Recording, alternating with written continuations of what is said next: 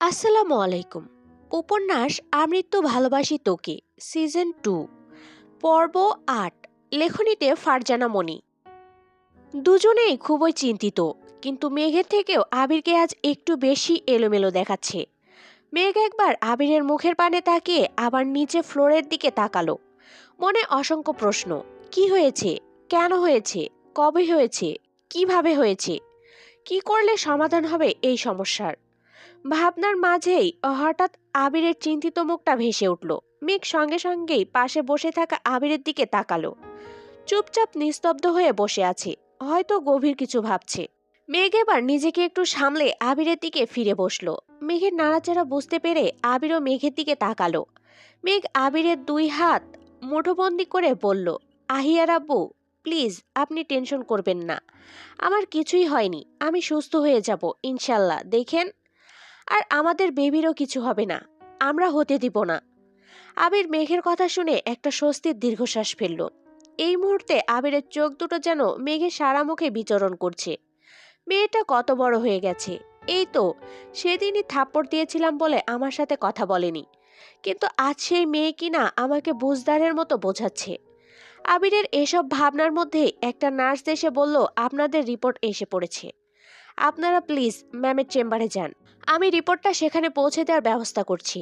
আবির ছোট করে উত্তর দিল, হুম। সঙ্গে সঙ্গেই মহিলা নার্সটির জায়গাটি ত্যাগ করলো। আবির মেঘের হাত ধরে কাঁপা কাঁপা পায়ে ডক্টরের চেম্বারের দিকে গেল। আবির, আসবো? ডক্টর, হুম, আসুন।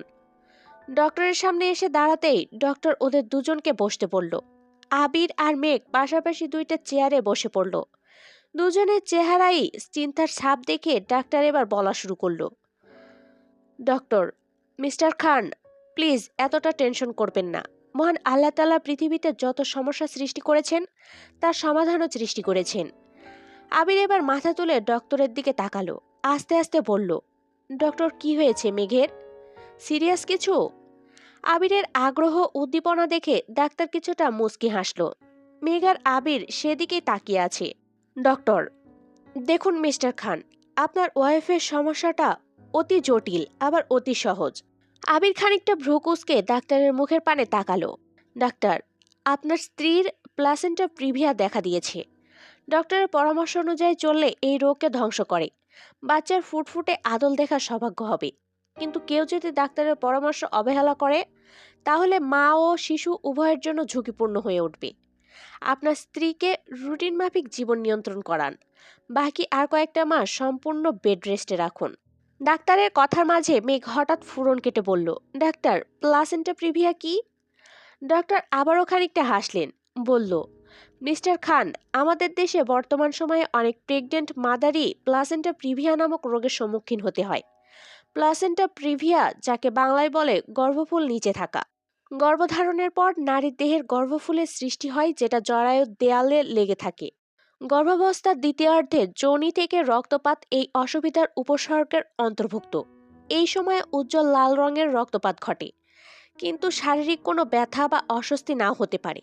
কিন্তু এটা মা ও শিশুর জন্যই ঝুঁকিপূর্ণ।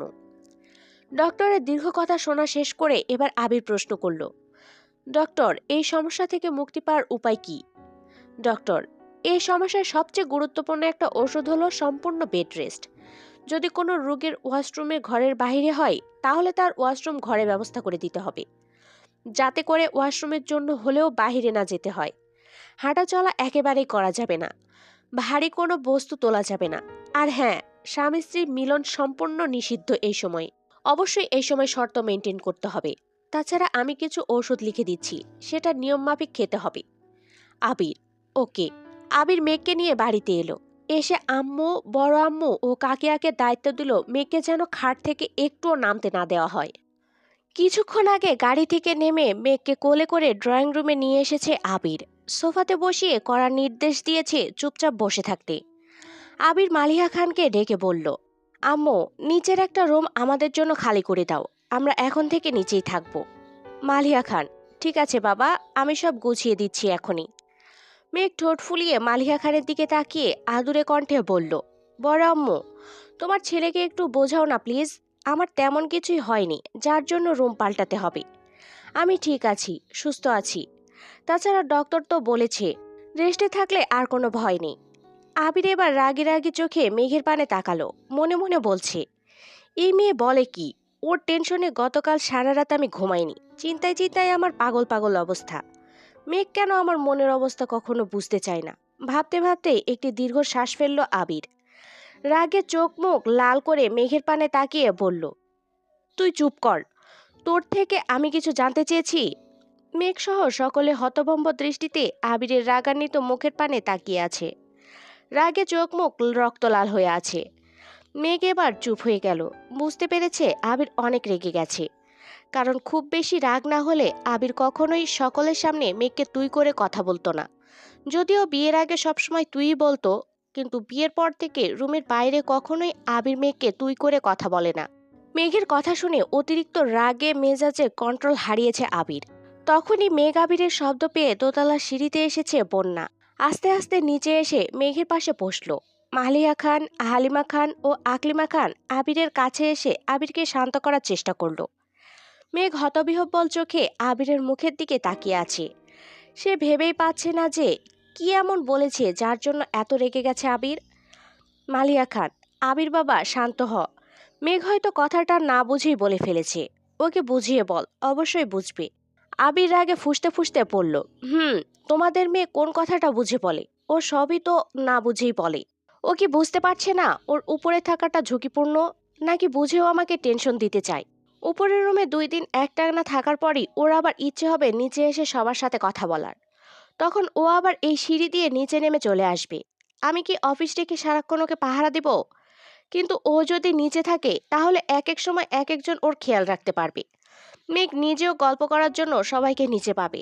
সামান্য জিনিসটুকু মেঘ কেন বুঝতে পারে না বলো তো? সবাই আবিরের মুখের দিকে তাকিয়ে রাগি রাগি ভাবে বলা কথাগুলো মনোযোগ দিয়ে শুনলো। আবিরকে দেখে মনে হচ্ছে মনের এতগুলো কথা বলার পর ওর রাগটা যেন কিছুটা পড়ে এসেছে। আবির ধপাস করে সোফায় বসে পড়ল।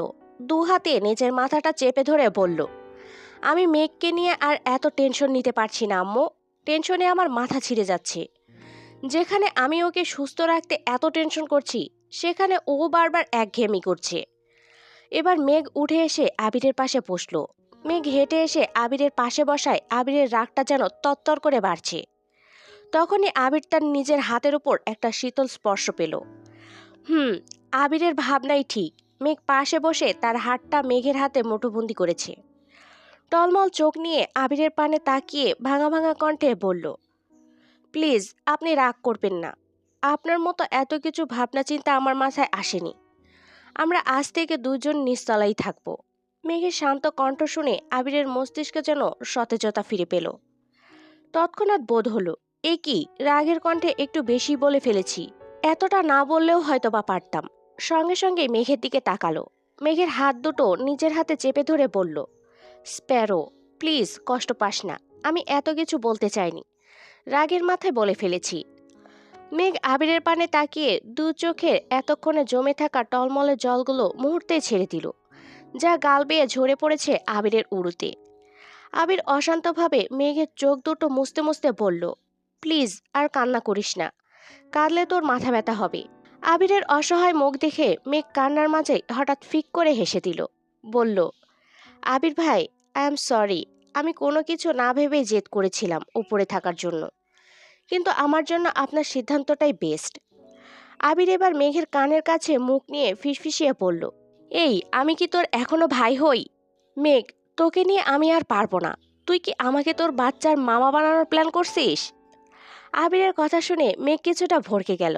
তারপর আবারও ফিক করে হেসে দিল। মেঘের মুখে হাসি দেখে দীর্ঘ কয়েক ঘন্টা পর আবিরও একটু হাসলো। ওদের হাসি দেখে এতক্ষণ যারা ওদের ঝগড়া মনোমালিন্য দেখছিল তারাও হাসলো। বিকেল 5টা বেজে 30 মিনিট। মেঘের রুম থেকে শোনা যাচ্ছে ড্রয়িং রুমে সকলের কথাবার্তার আওয়াজ। মেঘের মন চাওয়া সত্ত্বেও সেখানে আজ যেতে পারছে না। তানভীরও মনে হয় এইমাত্রই বাড়িতে ফিরল। মেঘ রুমে বসে ভাইয়ার শব্দও পেল, কিন্তু বাইরে বের হওয়ার কোনো ব্যবস্থা নেই। আবির যে আর সারাদিন একজন দক্ষ পাহারাদারের মতো পাহারা দিয়ে যাচ্ছে মেঘকে। এই যে এখন মেঘ বিছানায় বিরক্তি নিয়ে শুয়ে আছে, আর আবির পাশে বসে ল্যাপটপে কাজ করছে। মূলত নার্সিংহোম থেকে বাড়ি ফেরার পর মেঘ আর রুম থেকে বের হয়নি বললে ভুল হবে। আবির বের হতে দেয়নি। দুপুরের খাবারটা রুমে এনে আবির নিজের হাতে খাইয়ে দিয়েছে। খাওয়ার পর থেকে মেঘ একাধারে বিছানায় শুয়ে আছে, কখনো এপাশ আবার কখনো ওপাশ। এভাবেই কাটছে সেকেন্ড, মিনিট, ঘন্টা। আবির এবার খানিকটা বিরক্ত চোখে তাকালো। আবির, কি হয়েছে? এমন করছো কেন? মেঘের নির্লিপ্ত জবাব, এমনি। আবির আবারও তার কাজে মনোযোগ দেওয়ার চেষ্টা করলো, কিন্তু মনোযোগ দিতে সে কিছুতেই পারছে না। মেঘ সারাক্ষণ অস্বস্তি ভঙ্গিতে নড়াচড়া করছে। আবির খানিকটা ভ্রুকুসকে তাকালো, তারপর বিছানার সাইড টেবিলে ল্যাপটপটা রেখে মেঘকে পাজা কোলে তুলে নিল। মেঘ চোখ গোল গোল করে আবিরের মুখের দিকে তাকিয়ে আছে। কিছু বুঝে ওঠার আগেই দেখলো আবির ওকে ড্রয়িং রুমের দিকে নিয়ে যাচ্ছে। সোফাতে বসিয়ে আবির গমগমে কণ্ঠে বলল, যদি সোফা থেকে নেমে এক পাও হাঁটিস, আমি তোর পা ভেঙে বিছানায় বসিয়ে রাখবো। মেঘ ঠোঁট ফুলিয়ে আবিরের মুখের দিকে ফিরে তাকালো। আবির এবার শক্ত কণ্ঠে বলল, এভাবে তাকিয়ে লাভ নাই, যা বলেছি তাই করব। আমার কথা নড়চড় হবে না। কি হয়েছে আমার বনুর? তানভীরের কণ্ঠ পেয়ে মেঘ ও আবির দুজনে সিঁড়ির দিকে তাকালো। দেখলো তানভীর সিঁড়ি দিয়ে নামছে। আবার বলল, ভাইয়া তুমি আমার বনুকে কি বলেছ? ও এমন মুখটা ফুলিয়ে গোল আলুর মতো করে রেখেছে কেন? আবির একটা দীর্ঘশ্বাস ফেলল, বলল, পুরান পাগলে ভাত পায় না, আবার নতুন পাগলের আমদানি। তানভীর এবার কিছুটা তাড়াহুড়ো পায়ে আবিরের সামনে এসে দাঁড়ালো। ভাইয়া, কি হয়েছে? তুমি কি বোনের উপর রাগ করেছ? আবির ঠোঁট গোল করে একটা ভারী নিঃশ্বাস ফেলল, তারপর বলল, তোর বোন আমার কোনো কথা শোনে না তানভীর। তোর বোনকে নিয়ে তুই যা। যে বউ কথা শোনে না তার শ্বশুর বাড়িতে থাকার প্রয়োজন নেই, তার জন্য বাপের বাড়ি বেস্ট। আবিরের এমন হেয়ালিপূর্ণ কথা শুনে উপস্থিত সকলে ভ্যাবাচাকা খেয়ে গেল। সবচেয়ে বেশি হতবাক হয়েছে পূর্ণা, কারণ বিয়ের এই কয়েক মাসে আবিরকে কখনো দেখেনি এমন দুষ্টুমির সুরে কথা বলতে। সারাক্ষণ দেখেছে আবির বাড়িতে গম্ভীর মুখ নিয়েই চলাফেরা করে, তবে এটাও শুনেছে তানভীরের সাথে আবিরের ব্যবহারটা সম্পূর্ণই অন্যরকম। তানভীর এবার মেঘের সামনে গেল, পাশে বসে মেঘের মাথায় হাত রেখে বলল, বনু, তুই কি এখনো ছোট বাচ্চা আছিস? তুই জানিস না ভাইয়া তোকে নিয়ে কত টেনশন করে, তবুও কেন ভাইয়ার কথা শুনিস না? মেঘ, শুনি তো।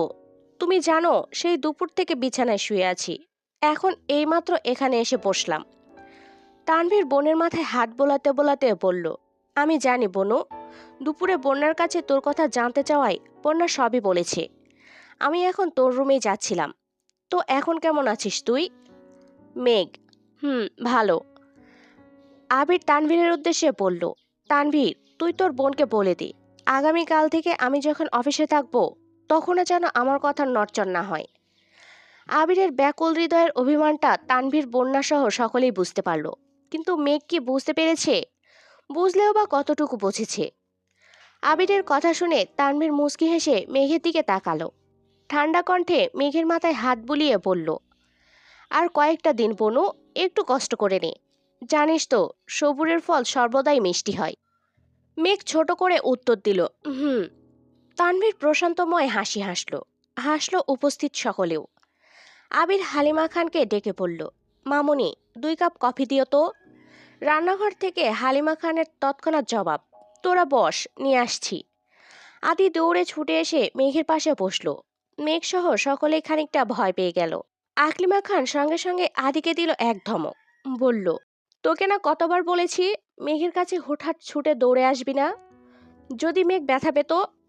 আদি হাঁপাতে হাঁপাতে বলল, পাবে না আম্মু, আমি খেয়াল করেই এসে বসেছি। এবার আবির সুন্দর মিহি কণ্ঠে আদিকে ডাকলো, আবির। আদি শোন। আবিরের ডাক কানে আসা মাত্রই আদি ছুটে গেল আবিরের কাছে। আদি, বলো ভাইয়া। আবির আদির হাত টেনে তানভীর আর আবিরের মাঝখানে সোফাতে বসালো। আবির, এভাবে ছুটে এসে তোর মেঘাপুর কাছে গিয়েছিলি কেন? আদি খানিকটা চমকানো কণ্ঠে বলল, আসলে ভাইয়া এমনি। নিজের হাতের চিপসটা দেখিয়ে বলল, এই চিপসটা আমি বাবুর জন্য এনেছি। শুনেছি মেঘাপু খেলেই বাবুর খাওয়া হবে, তাই আপুকে দিতে আসলাম। হঠাৎ তানভীর কান টেনে ধরল আদির, বলল, তুই তো বেশ পাকা হয়েছিস। উফ ভাইয়া, ব্যথা পাচ্ছি, কান ছাড়ো, বলেই চিৎকার করে উঠল আদি। আকলিমা খান পাশে দাঁড়িয়ে মিটমিট করে হেসে পড়ল, এবার ঠিক আছে, আরো বল পাকা কথা। বলেই উনি রান্নাঘরের দিকে হাঁটলেন। সন্ধ্যার আড্ডার পর সবাই যার যার মতো রুমে চলে গেছে। পরবর্তীতে রাতে খাবার খাওয়ার জন্য সকলে নিচে আসলেও মেঘকে আবির আর রুম থেকে বের হতে দেয়নি। আবির নিজেই মালিহা খানকে বলে মেঘের খাবার ঘরে আনিয়েছে এবং নিজে হাতেই খাইয়ে দিয়েছে। এই যে শুনছেন, আবিরের টি শার্ট ধরে টানতে টানতে বলল মেঘ। মেঘ শুয়ে আছে, পাশে আছোয়া হয়ে বসে ফোন টিপছে আবির। আবির, বলো। আবিরের মুখে সেই চিরচেনা হুম শব্দটা শুনতেই মেঘের মনটা যেন প্রশান্তিতে ভরে গেল। মেঘ, আপনি কি এখনো আমার উপর রেগে আছেন? আবির এবার ফোনটা বালিশের পাশে রেখে মেঘের দিকে ঘুরে শুয়ে পড়ল। মেঘের মুখটা দু হাতের আজলাই নিয়ে ললাটে চুমু আঁকল। তারপর মেঘকে আস্তে করে নিজের দিকে আরেকটু চাপিয়ে বুকে জড়িয়ে নিয়ে বলল, মেঘ, আমার ক্লান্ত হৃদয়ের প্রশান্তি তুই। সারাদিনের সকল ক্লান্তি গোধূলি লগ্নে তোর কাছে ফিরলে শান্তিতে রূপ নেই। তুই আর আমার বাবু দুইটাই আমার বড্ড শখের। তোদের কাউকে আমি কোনো পরিস্থিতিতেই হারাতে চাই না। ট্রাস্ট মি, তোদের ছাড়া সত্যিই আমি বাঁচতে পারবো না। মেঘ আবিরের বুকে মাথা রেখে ডুকরে কেঁদে উঠল। ভাঙা কণ্ঠে বলল, আমায় এত কেন ভালোবাসেন? কি আছে আমার মাঝে? আবির মুচকি হাসল। তারপর মেঘকে আরেকটু শক্ত করে জড়িয়ে ধরে বলল, তোর ভেতরে যা আছে হয়তো তা পৃথিবীর অন্য কারো ভেতরে নেই। বেলা সকাল 7টা। বন্যা ভোরের তাপহীন মিষ্টি সূর্যের আলোতে আধো আধো চোখ মেলে তাকালো। শরীরটা একটু বেশি ভারী লাগছে। ভালোভাবে তাকাতেই দেখলো একজোড়া হাত তার কোমর পেঁচিয়ে ধরে আছে। গলার মাঝেও গরম কিছুর আভাস পেতেই ভালোভাবে চোখ খুলে তাকালো। দেখলো প্রতিদিনের ন্যায় তানভীর আজও বন্যার গলায় মুখ ডুবিয়ে তপ্ত নিঃশ্বাস ফেলছে। বন্যা মায়াভরা দৃষ্টিতে তানভীরের ঘুমন্ত মুখ অবয়বের দিকে তাকালো। এই মানুষটা বড্ড অদ্ভুত। 1 বছর ধরে তানভীরকে দেখে আসছে বন্যা, কিন্তু কখনো বুঝতেই পারিনি তানভীরের শক্ত খোলসের ভিতরে বাচ্চা একটা মন আছে।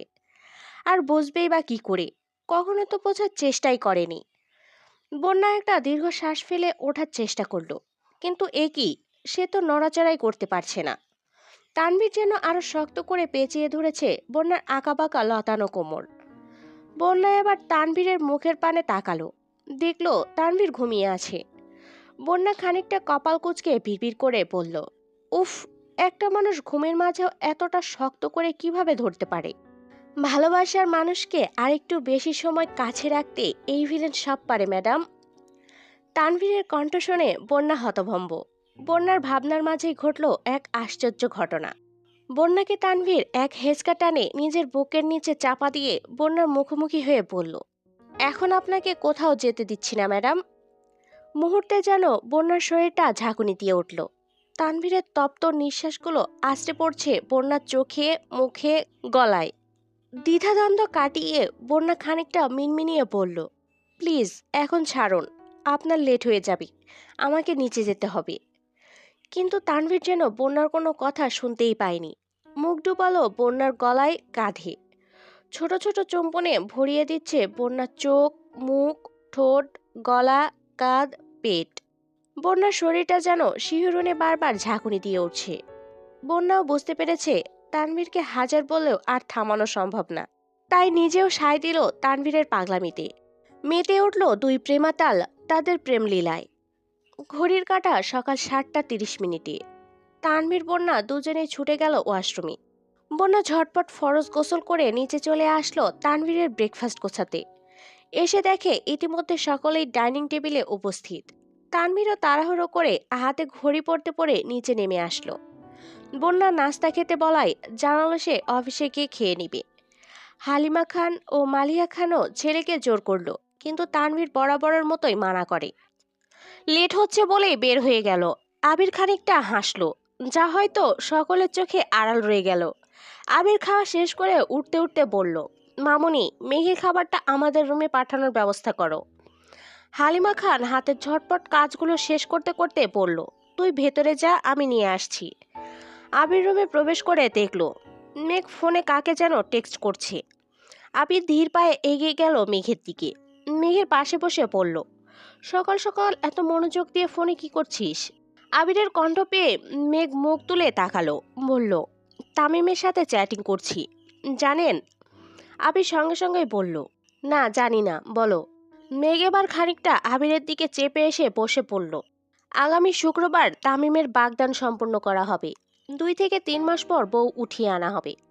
আবির খানিকটা হেসে বলল, ওফ। মেঘ, তামিম বলছে আজ সন্ধ্যায় আমাদের বাড়িতে আসতে চায় নিমন্ত্রণের জন্য। আবিরের শক্ত তামাটে মুখায়ব যেন আরো শক্ত হয়ে উঠেছে। বুঝতে পেরে মেঘ সঙ্গে সঙ্গে বলল, আরে আপনি রাগ করছেন কেন? আমাকে আগে তো পুরো কথাটা বলতে দিন। মেঘ একটা দীর্ঘ নিঃশ্বাস নিয়ে বলল, আমি ওকে বলেছি বিকালে এসে আমাদের বাড়ি ঘুরে যেতে, কিন্তু বিয়ের দাওয়াতের কোনো প্রয়োজন নেই। এখন আমার শরীরের যে অবস্থা, আমি যেতে পারবো না। আমরা বরং ওর আনুষ্ঠানিক বিয়েতে যাব কয়েক মাস পরে। এবার যেন আবিরের কুঁচকানো ভ্রুযকল খানিকটা শিথিল হলো। আবির মেঘের মাথায় হাত বুলিয়ে পড়ল, আমার সাথে থাকতে থাকতে তোর মাথার বুদ্ধি একটু বেড়েছে বলতে হবে।